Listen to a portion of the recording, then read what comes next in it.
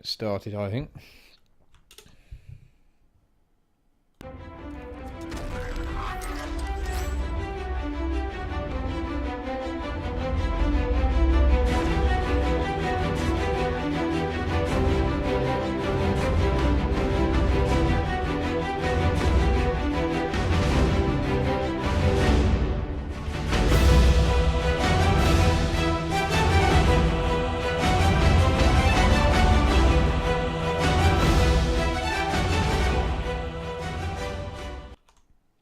Hi, this is DarkFox127 and welcome to another Caranthir Tower Reborn live stream.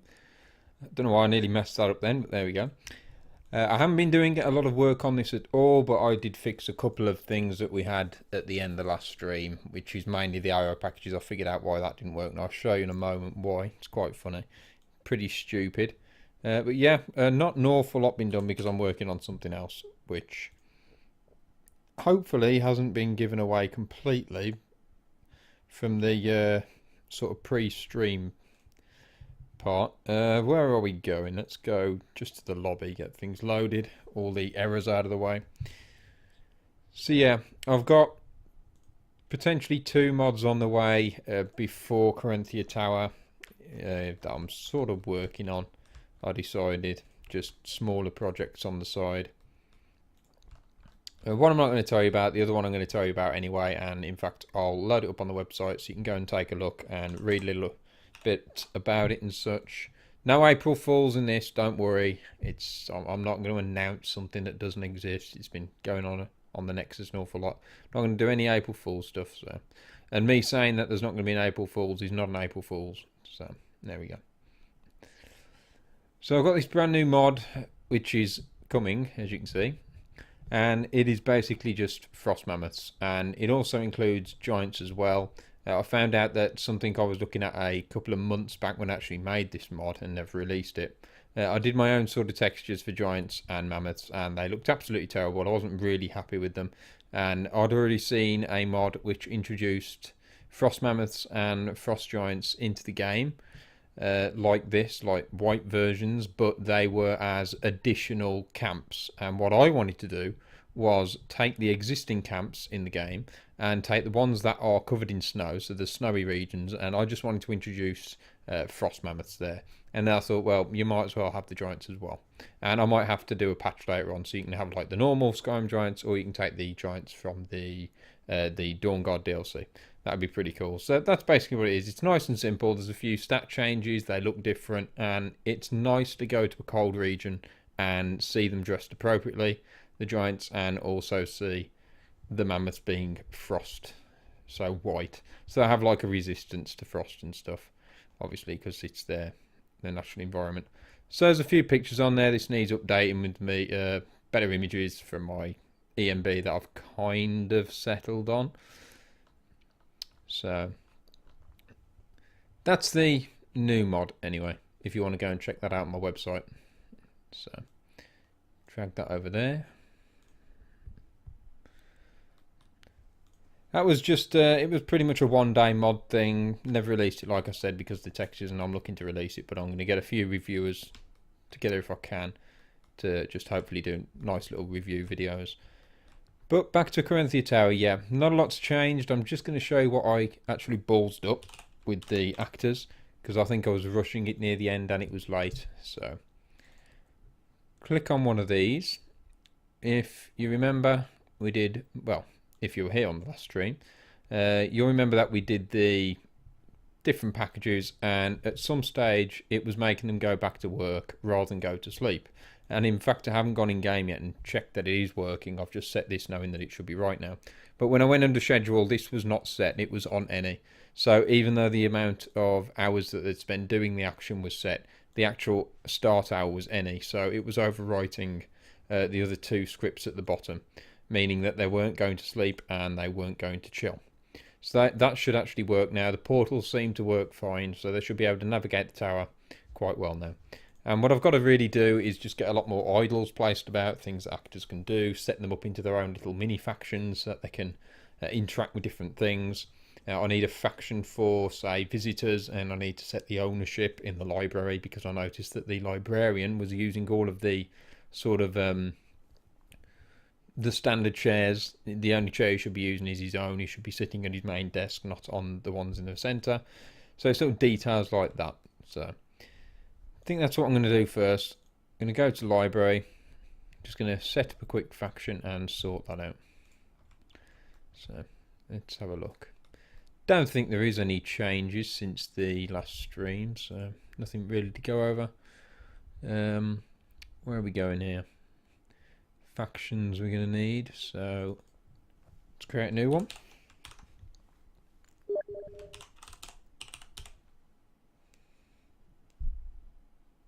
What?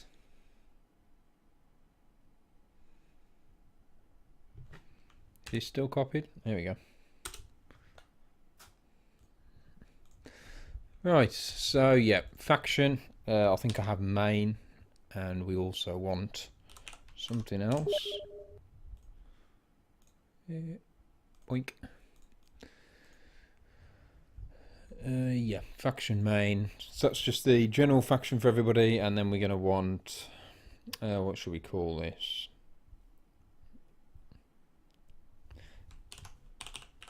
Just call it visitors for now. I can always change it later if I don't like it anyway. So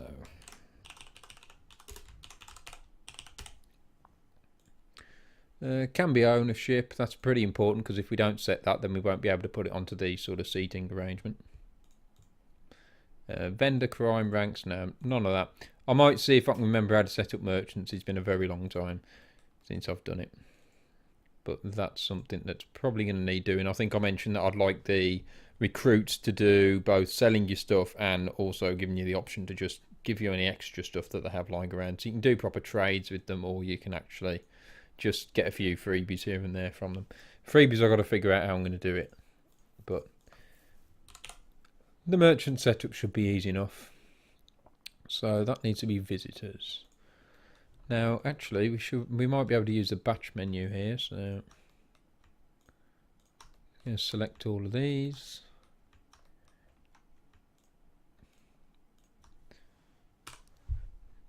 Open that up. It's like your dash or underscore on the keyboard in case you don't know how to use this. And this lets you just do something to a number of items in one go rather than have to click on every single individual one. So what is it? Set ownership we're looking for here. Should be here somewhere. I'm probably staring at it, but can you do it?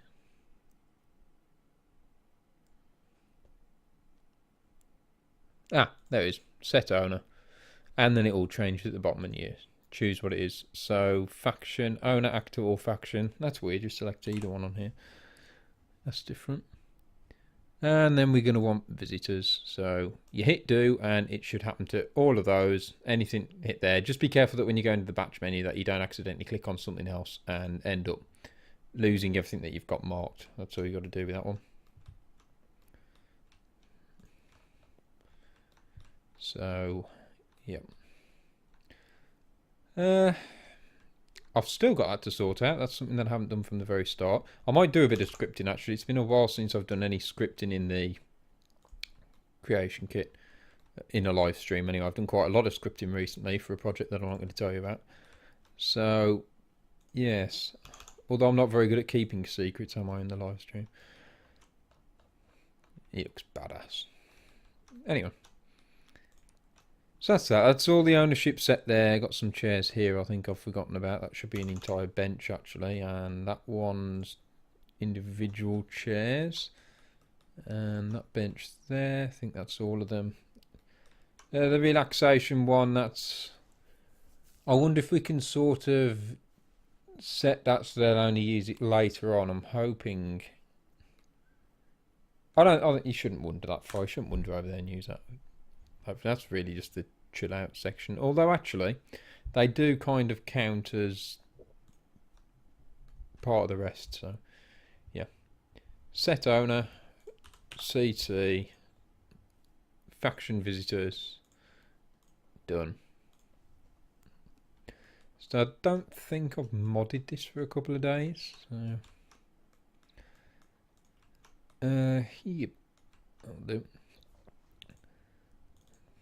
Go to the Apex, check a few things.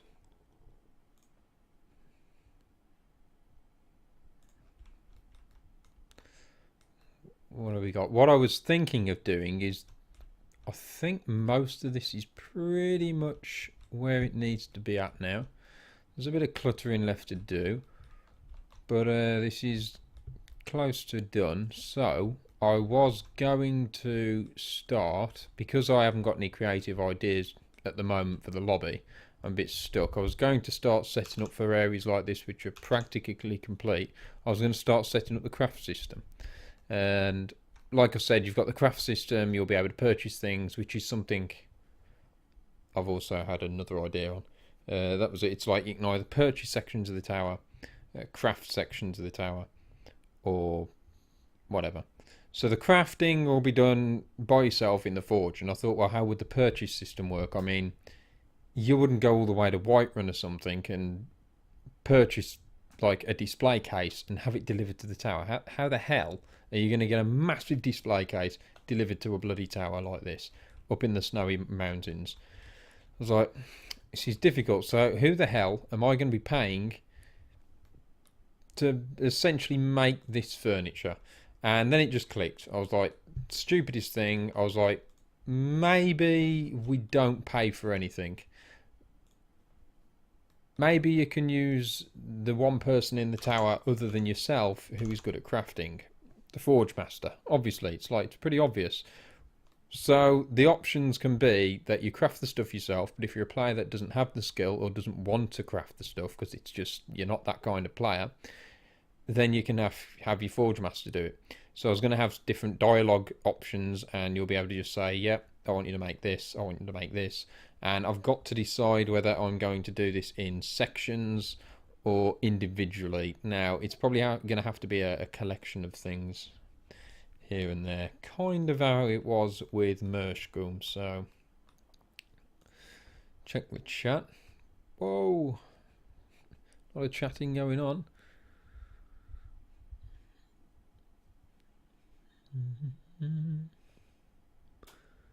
Very close with Birmingham. I'm very close to Birmingham, that's all I'm going to say. But it's not Birmingham accent. It's a bit different.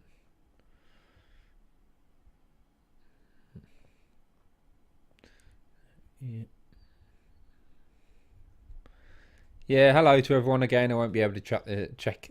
Oh, I can't talk today. I won't be able to check the chat much because it's all off the one monitor, which is actually a like 40-inch television. So it gets a bit awkward. Right. What are we doing? So yeah, the crafting system. The easiest thing to do is probably snag a few scripts from Mershgum, get a bit of scripting started, see how I want to do it. I was also thinking about an intro video for when you load the mod, and people got really pissed at that with Mershgum, so I kept it in. And I was wondering whether I'd do the same for Caranthir Tower, but have it only activate once you discover the tower. So shortly after it's like Caranthir Tower discovered, have the nice little introduction just show up, and also have an option to turn it off before you go there. So, and make that known on the mod page. So when you download the mod, it's like, if you do not want the intro, then do not do this. And there we go. So this will have like an MCM menu, which is something I've been trying to plan out somewhere, wherever it's gone. So as you can see, just planning out the MCM.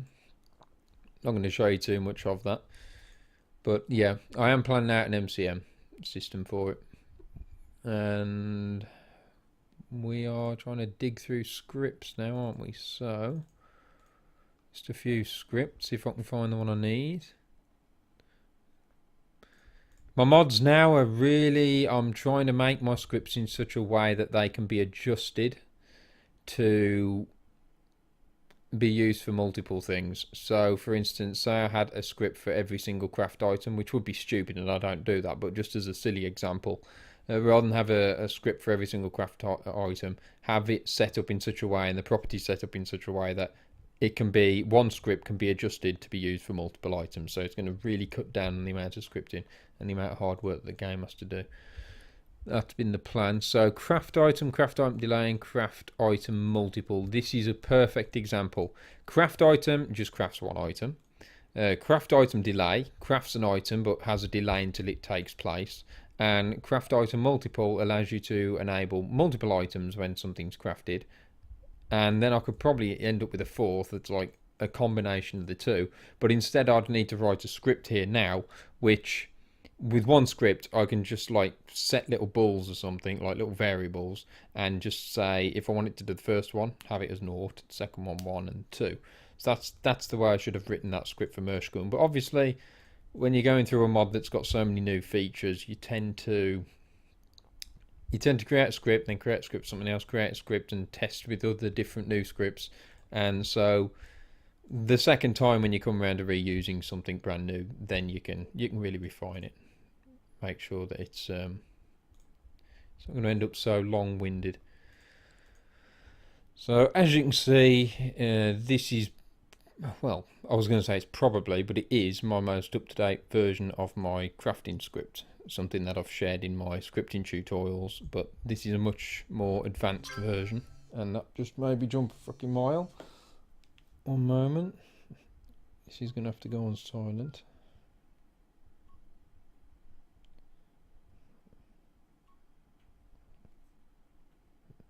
There we go. Jesus.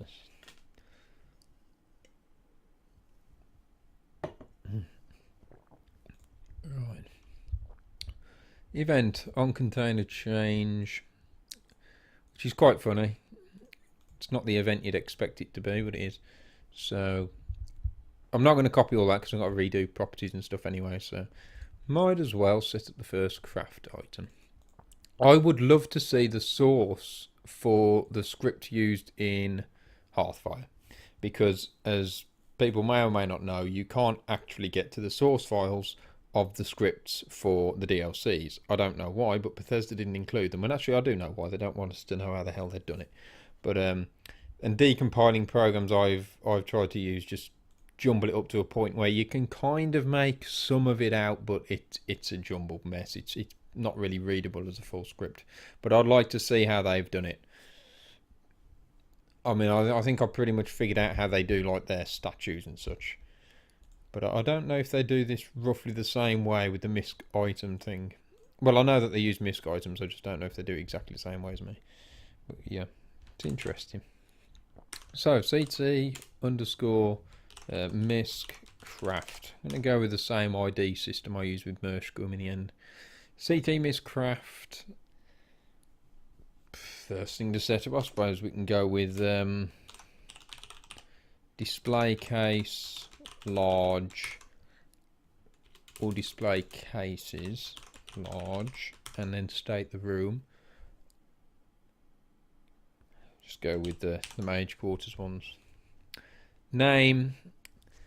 Oh, something else cool I can tell you about this. Name. So how do I do it? I think I tend to list the room first and then the item. So mage quarters, display cases.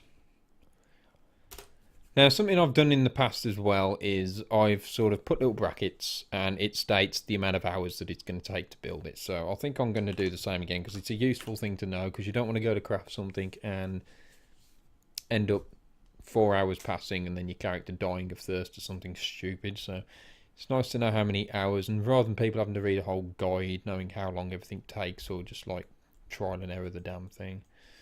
Weight doesn't technically matter.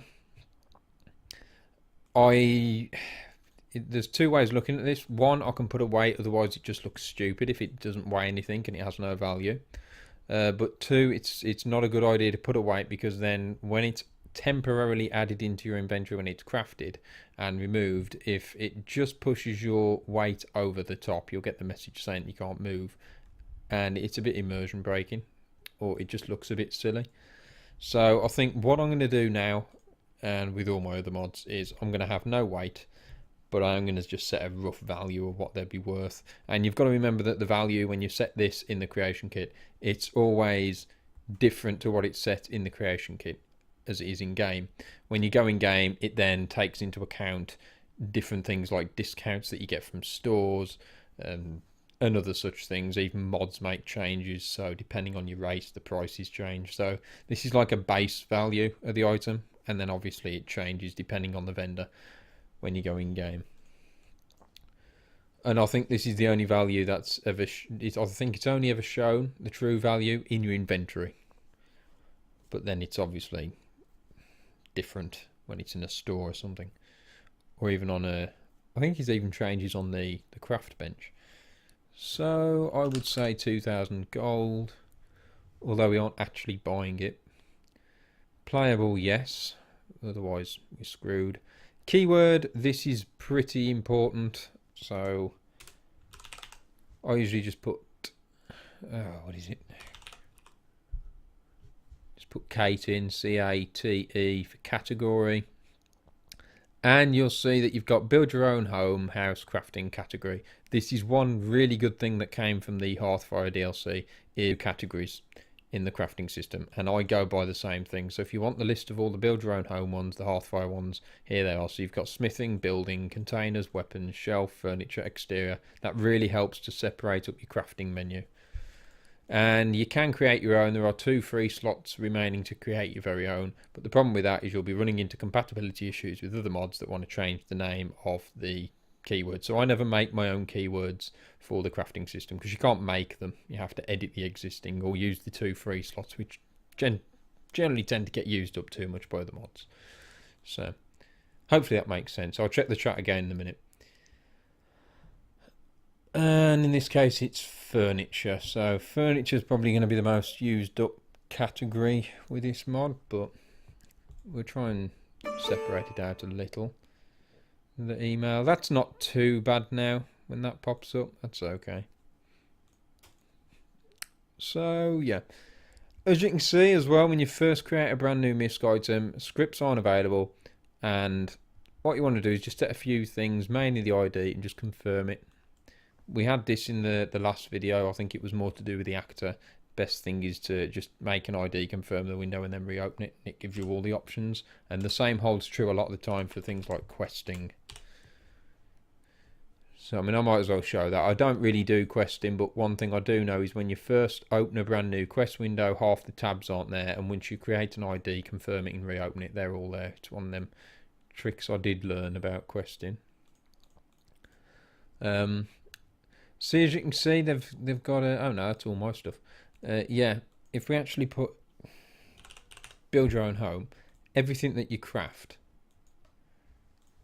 is as a misc item, and I think that you're crafting the misc item, and then it's enabling and removing the item. I think it actually works pretty much the same way as my system does. It's pretty much how I figured out how they use it. See, you got all your furniture and stuff. So that's how they've done that.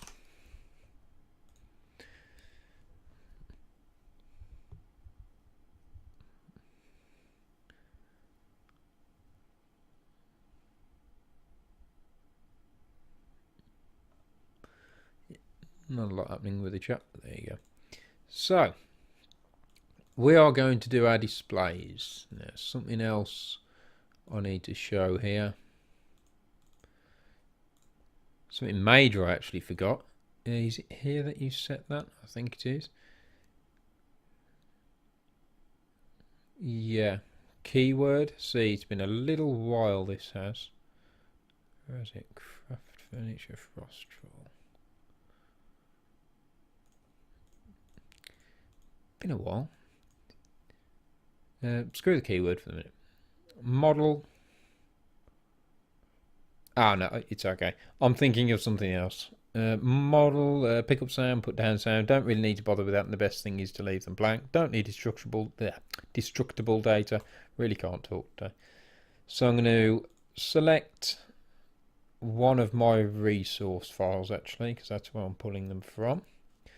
So I'm going to go under the furniture display case, and here is a very, very useful tip for those of you that want to create custom craft items. I'm going to select display case 1. Now, as soon as it loads up, don't get spinning it around or anything. Turn the lighting off. The direction, and this isn't, oh, sorry, knocking the mic.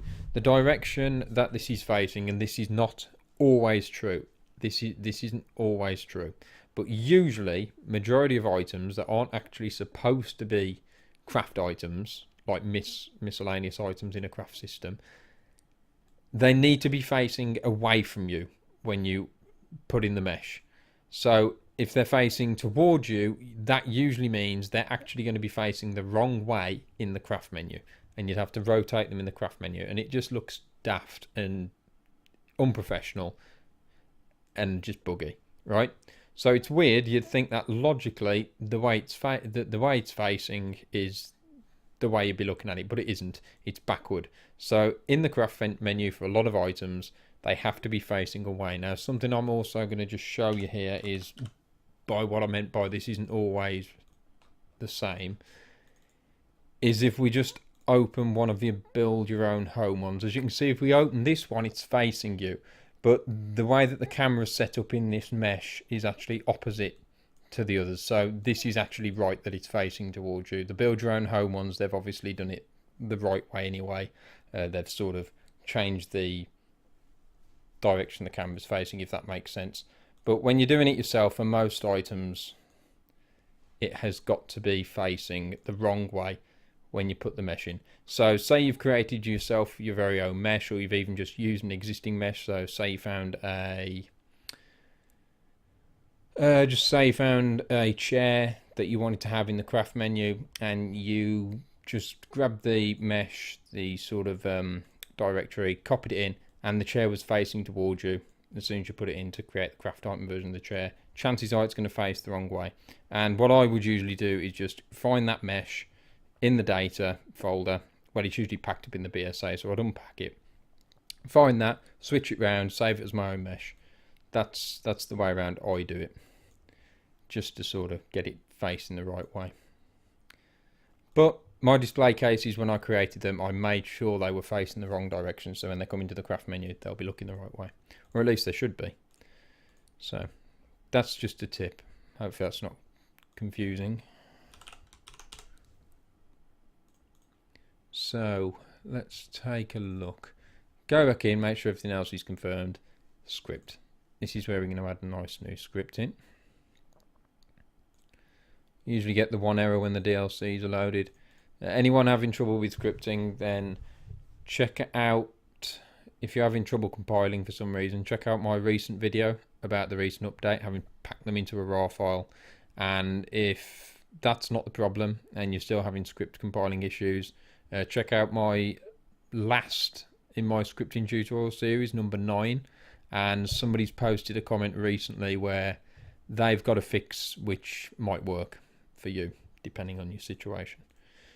But anyway, I'm going to make a new script here. So ct_score script, and it needs to be, yeah, what are we going to call it? I'll just call it craft. Documentation string I really can't be bothered with. Oh, my drink's sliding. Not good. Right. Let's edit that. Let's take a look at this. Knew that would happen. Never mind. Did we still have that copied? Yep. Okay then. See, I got into a habit before of doing like just lines which can separate things up, but I find it just makes it more of a mess now. And if I just leave gaps between things and organise everything, tab across the right amount, things are easy enough to read. Okay, have a think. Now, we don't need any properties for these. Play BIC. BIC is something, well, BINC even, .bic usually is, but it's BINC files. It's a format of video that Skyrim uses to play intros. So if you've played any of my previous mods, especially Mershgoom and the latest version of Riverside Shack, you'll know that I've got a little time screen that shows up. And it's like a little, it's like a little introduction. It's like, it comes up saying 1 day past or 2 days past. And that's something that'll be optional that you can turn off in the menu. I think by default I'll have it off, and you can just turn it on. And it just plays these little files. That's what that line does. and this points specifically to a certain directory. But I'll probably eventually do a tutorial on that. But yeah, that's what that is. So we don't need properties for that. Now, more GTS. GTS, that was Merschgum, Global. TS was for time screens. So I'm going to need a global variable.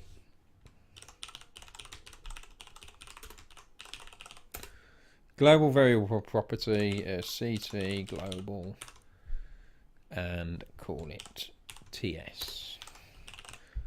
Now I'm just going to create that global over here. So this is going to be like an on and off switch. This is how I like to do mine. There might be more efficient ways of doing it, but this is my preferred method.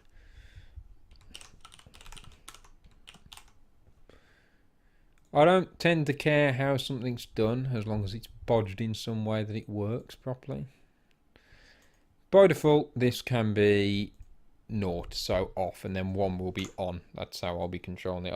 You don't have to. Well, I don't need to change any of these variable types. That's fine how it is.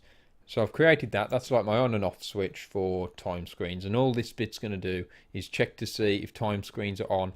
If they are, it's going to show the necessary time frame little intro video to say like how long's passed, and if it isn't on, then it's going to do nothing. Then it'll be proceeding to do the actual sort of event. So we need to change this to CT global TS dot get value. So get the value of it, and does it equal 1? If it does, I want to split this up now. See this a bit better. This needs to be more readable. So I'm going to make this a function instead.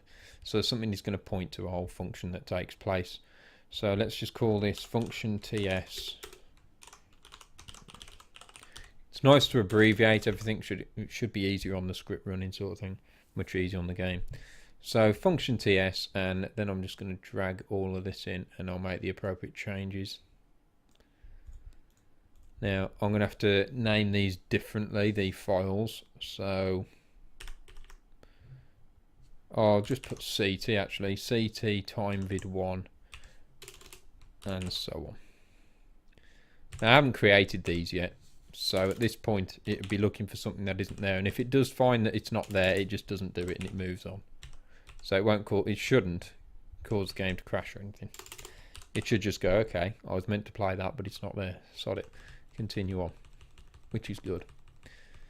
So that's gone down there. So if the time screens are on, is essentially what that's saying, then do the function TS. Otherwise, do nothing. Now I've learned that the better way of doing that is just to put endif straight after it. So if that, otherwise just do nothing, that'll do automatically. I don't have to waste a load of lines with that. My global proof dot set value. Now I'm gonna have to figure out what the hell that was for. Global proof. That's new.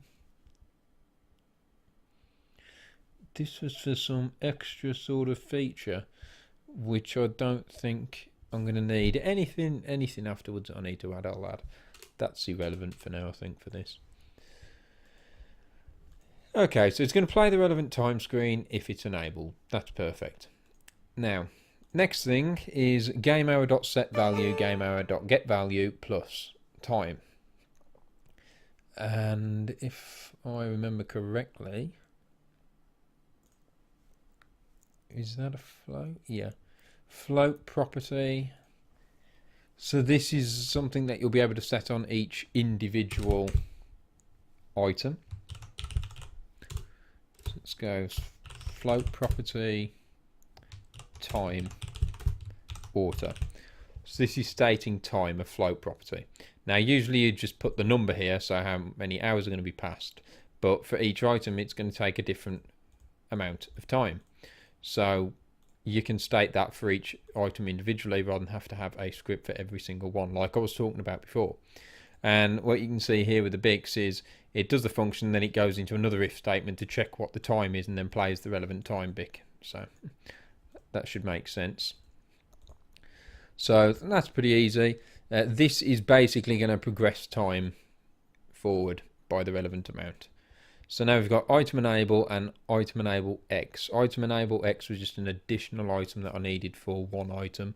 This is where I can probably just say enable item 1, 2, 3, 4, 5, 6, 7, 8, 9, 10. But then if I don't have a reference for every single one of those properties, then it simply won't enable the ones that don't have a property.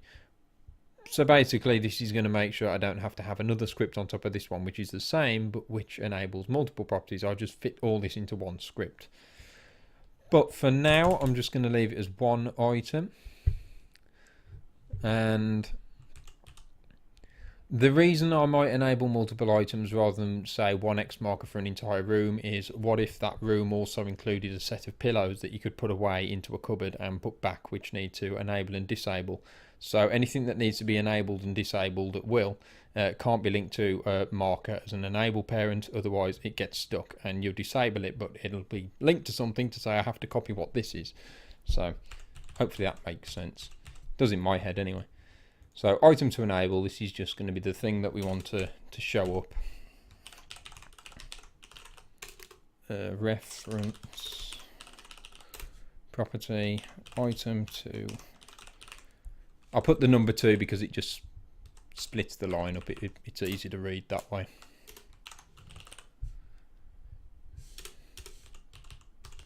I'm just going to leave a 3-line gap between my event and properties and a 3-line gap between my event and function. That's what I do now to keep it clean and tidy and easy to read. And I'm not going to have a gap between all these. No point anymore. So we've got the global variable for the time screen. We've got the float property for how long. We've got the, that's not the same property. That'll throw an error. And we've got the item that we want to enable, and there should be one other thing, which is the craft item itself. Now, usually what you could do is state itself as just self, but for some reason this doesn't work when trying to remove itself from the player's inventory. So it has to state itself as a property. It's weird, but that's how it is, and it's actually quite frustrating because it's an extra step you have to go through that you really shouldn't have to. So this is going to be craft item. So this is essentially going to be itself.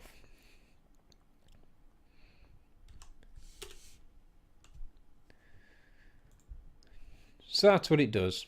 Shows the time screen if it's applicable, sets how long has to pass, and then enables the thing that it needs to enable, which in this case would be the display cases, and then it will remove itself from the player's inventory because the misc item itself isn't needed. It was just a sort of conduit to get what you wanted to happen. Now something else that I actually want to add to this script I noticed. So the time screen will make the screen fade out, show you something. When it fades back in, this stuff should have happened that quickly that it's already taken place, so things don't pop up in your face. Now if the time screen's not happening, that means that we're just going to have things pop in. Now usually I point my crafting station away from what's being enabled anyway, so you don't see it, but the thing that you might see is just the change in time. So you know, so 4 hours pass, say you'll suddenly see the sunset in an instant. So what we want is for the game to actually fade out here if the time screens aren't enabled. And I always get this line wrong. So yeah, I said I'll check the chat. Sorry I haven't done that. I'm getting really dug in. The chat in my streams is more for the odd question and just the community to sort of connect, I suppose. So let's go into script reference. It should be like fade out game. Next one down, I think. Just make sure I get it right. See if we can get this to compile first time without any errors. You can set up the sort of specifics on it, but default's usually fine for me. So that'll do. About how long it fades, how long it takes to fade in, and all that stuff. Even the colour apparently, but I've never tried changing that. Black's fine. And that should do it, hopefully. Item to enable, property, property, property, property. That looks good. Extends, that's fine. Function, end function, state function. So global, global. Hopefully this will compile. Bollocks. Game hour is not stated. Always miss that one. Yeah, game hour is just the variable for the game, the hours passing in game. So it's basically its way of getting the current time and then in sort of advancing it. So this one is a global variable, so I might as well put that next to the other one. You always miss something with scripting. And that's the exact name of the game's global variable that it uses for the time, so it'll autofill. And that's what I always try and do, put the exact reference, the IDs of the thing that I'm pointing at, so I can just autofill it. Nice and simple. There we go. Close that out, double click on that, autofill. 2 have autofilled, which is the game hour and the global that we created. And then the craft time, item to enable, and time are always going to be different. If I click OK there, I'm just going to hit save. Now, for the length of time it would probably take to create a display case, I've got 1 to 5 hours. I'm going to say it would be the maximum of 5 hours. So, let's find that. Where is it? So now for this item, I'll go in, set the time, and as you can see, we can put in a value in. So I'll put 5, and then item to enable. This is where I need an X marker.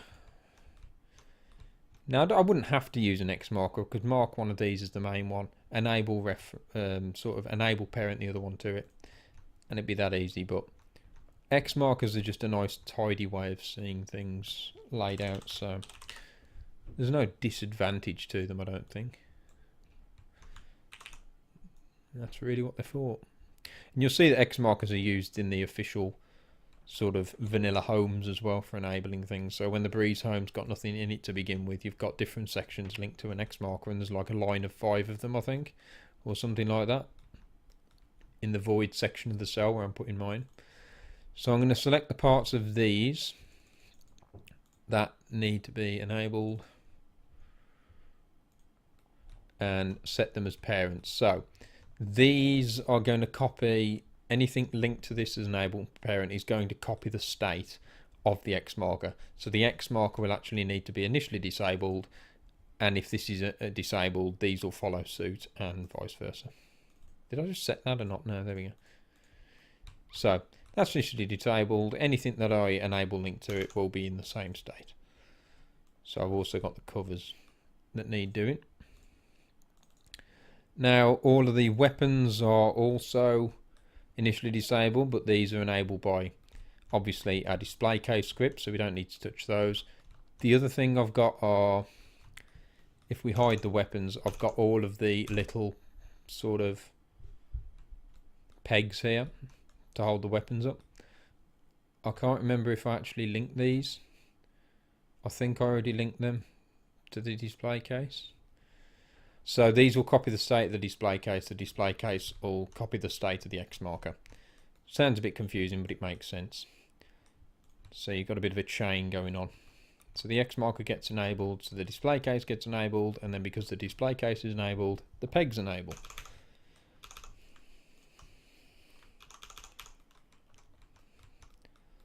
So I'm going to link those to the X marker as well, wherever that's gone. Use the batch menu.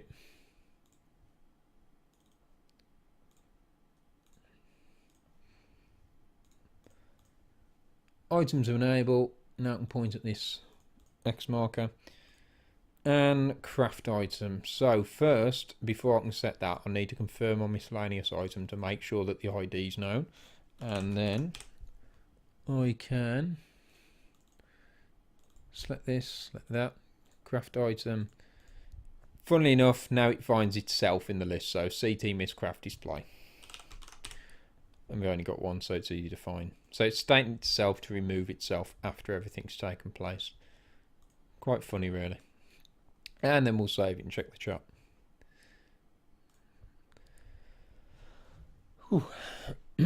Missed the start. You didn't miss too much.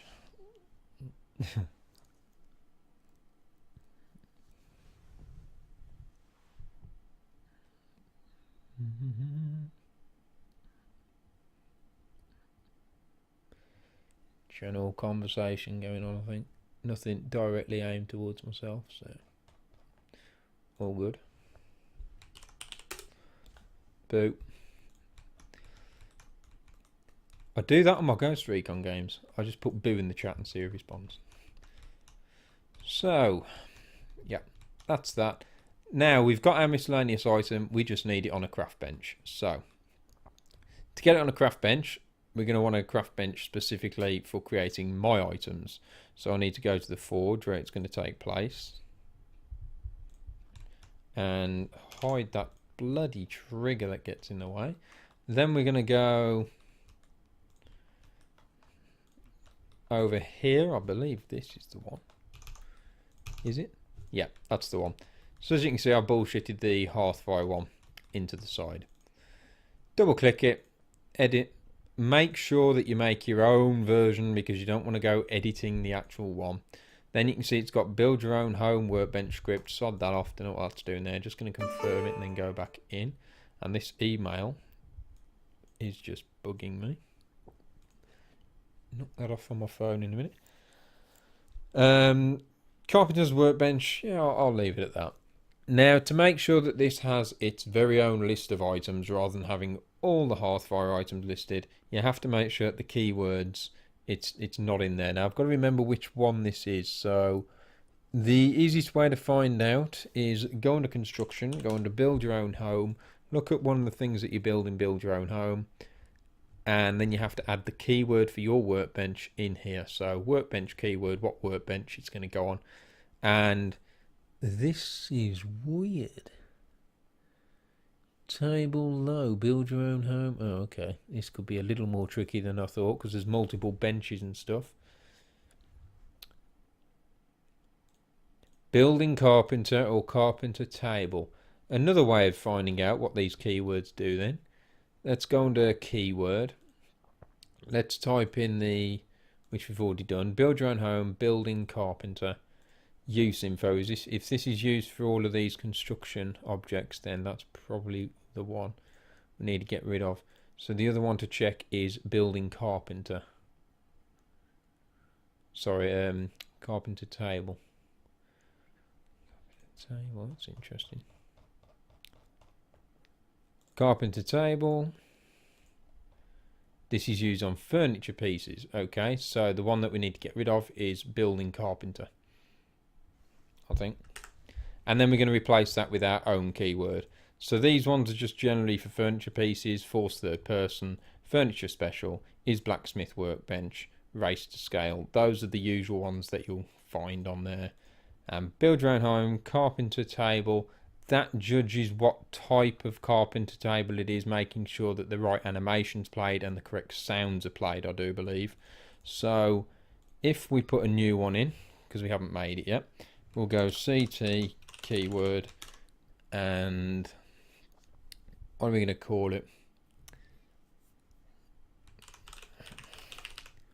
Carpenter bench.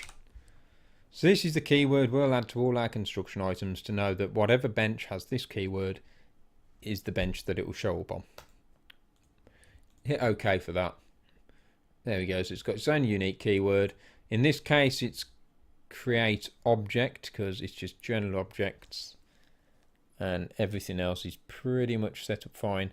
Now I've ticked the is marker button here. That'll mean that you can't physically see it, but the prompt will be there for it. And the reason I want that is because it's got its own look, because I've buried it in here. This is what I want to see. I want this to look like it's the whole carpenter table. And then, just in case we couldn't get to the activator, that's where in one of the previous streams, I put this trigger box in.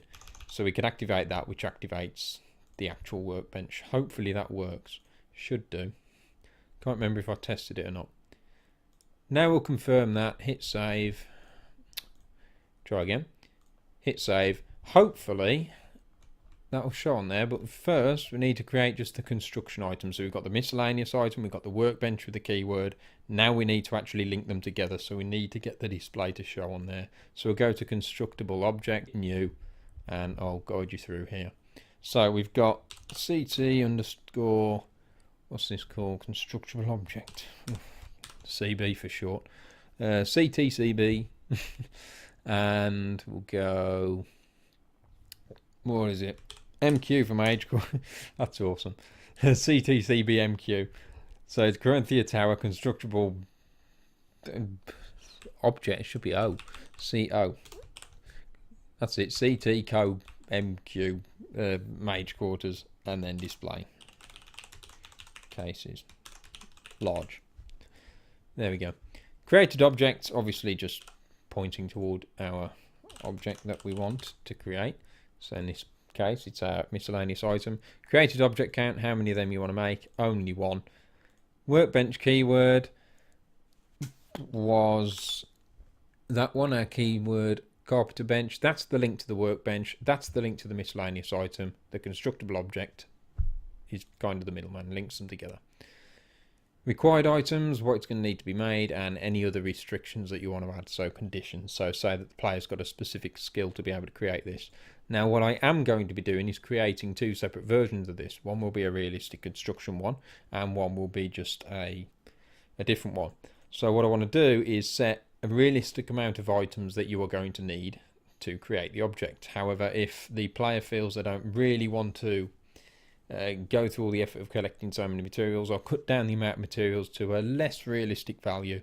But for people that probably don't have time to go around Skyrim collecting so much stuff and don't want to use the console command to cheat, they've got more of an easier, quicker option. So it's less immersive, but quicker. And all that'll do is, again, I'll have like an on and off switch global variable. And if it's on 0, that'll mean that people get the easy version. And if it's on 1, they'll get the more detailed version. So I will have two versions of this. So what I'm going to do is I'm going to create the easy version. I'll do the complex ones later on. Actually, no, best thing to do is the realistic version first, because then I can just literally knock down the amount of items on the new one. So I'll put RC for realistic construction. And I'm not going to put the global variable in just yet, because otherwise it's going to restrict it. I'll have to do all that later on. So for now, it's going to be nice and easy to craft. And I'm also not going to put any required items, just so that we can test it out first. So I'm going to hit OK, hit save. What I'm going to have to do is we'll go in game. We'll check that the display cases aren't actually there at all. And then we'll go to the forge and we'll see if we can craft them. Go back and see if they're visible. What else was I going to go in game for, actually? Yeah, I was going to see if the packages work, so we can play around with the packaging and stuff, see if people are going about their daily routine, and we can try and craft something and see if our new craft system's working. So I'll see if I can keep the chat up on there. And main screen off. There we go. And we'll see if we can load the game. Now this should be set up, but I'll just check in mod organizer before I start it up. It might not be enabled.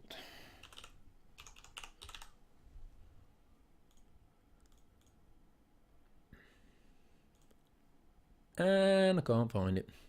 Nope, there it is. It's enabled. That's fine. And it should be set up for 720, so we should be good to go. Shouldn't have any major issues.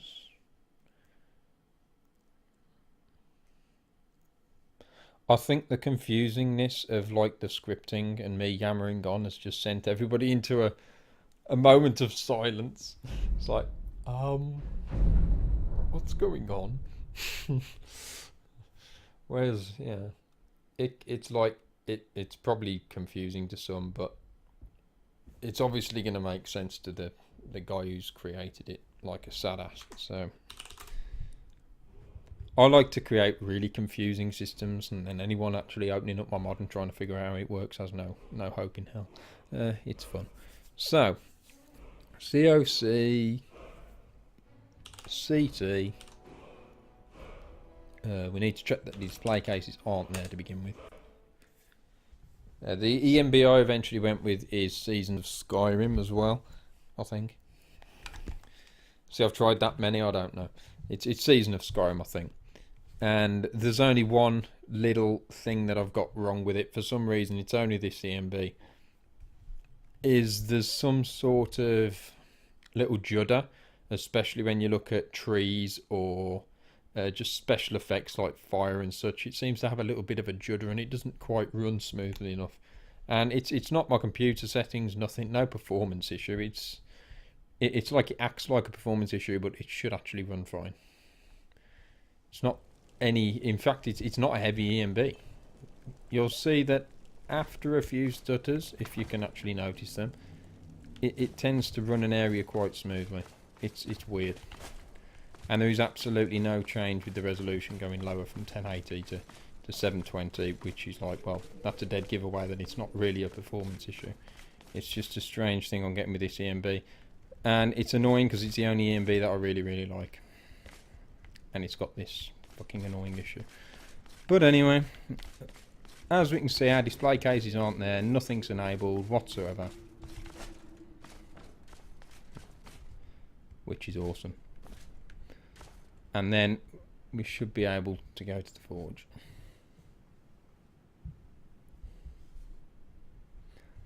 Yeah, if you've only seen half the script, you'll be like, what?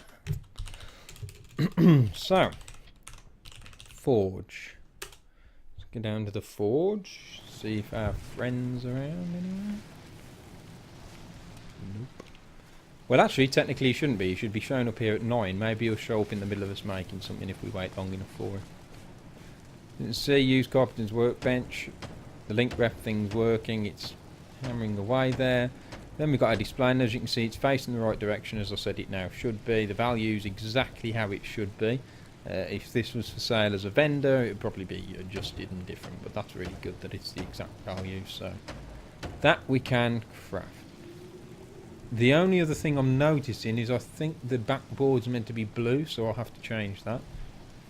So, is the stream just ending? No, it isn't. What time is it? In fact, I was planning to end it about 10, but I'm okay for the minute. So, I'm good for another half an hour to an hour. Not an awful lot's gone on. But we should be able to craft this now. And as you can see, there's something I've actually completely forgotten about. We need to make sure that this doesn't show up in the menu afterwards, because we've already crafted it. So we have to put a condition in there, which I'll do when we go back out, to get that it's disabled. And then what will happen is it's enabled. The construction object will then look at the condition and go, is this item disabled? No, it's now enabled.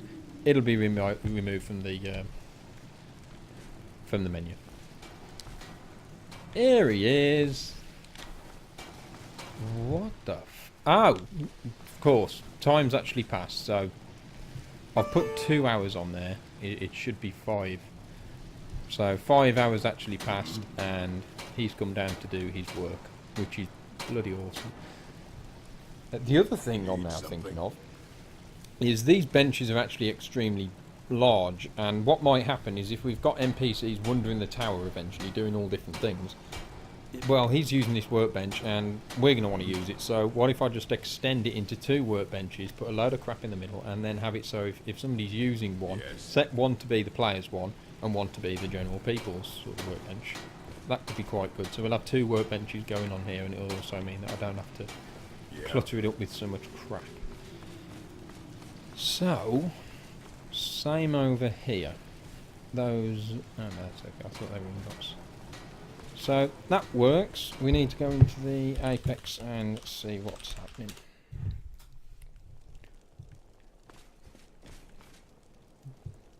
There she is. What do you need? Oh god, get in the face, why don't you?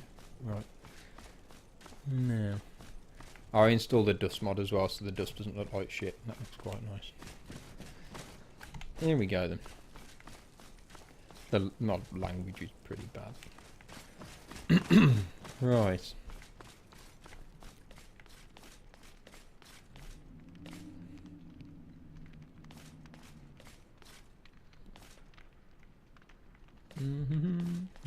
What are we doing? Here we go.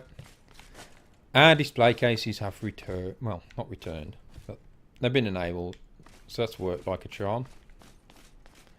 And then we can just proceed to create our stuff. So I think we'll go back into the kit and fix a few things. What was it? The mesh, the time, and the disabling. condition.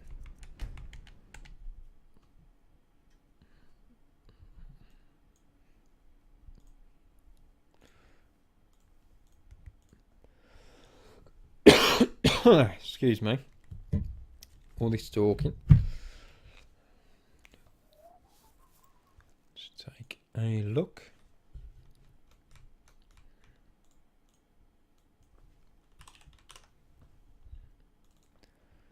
So I'm just going to add that condition, and that will be get dis. So get disabled, that will show up. Subject, yes, what we're currently working on. Don't need to tick any of this. Leave that equal to 1. So 1 is like yes, 0 is like no. So 1, yes, get that this is disabled to be able to craft it. Easy as that. Then that means it will remove out the menu as soon as you've enabled it. So once you've crafted it, it'll go. That's what that needs to be. I mentioned the back panel should have been blue, so I'm just going to edit this and add to the back panel here the blue fabric.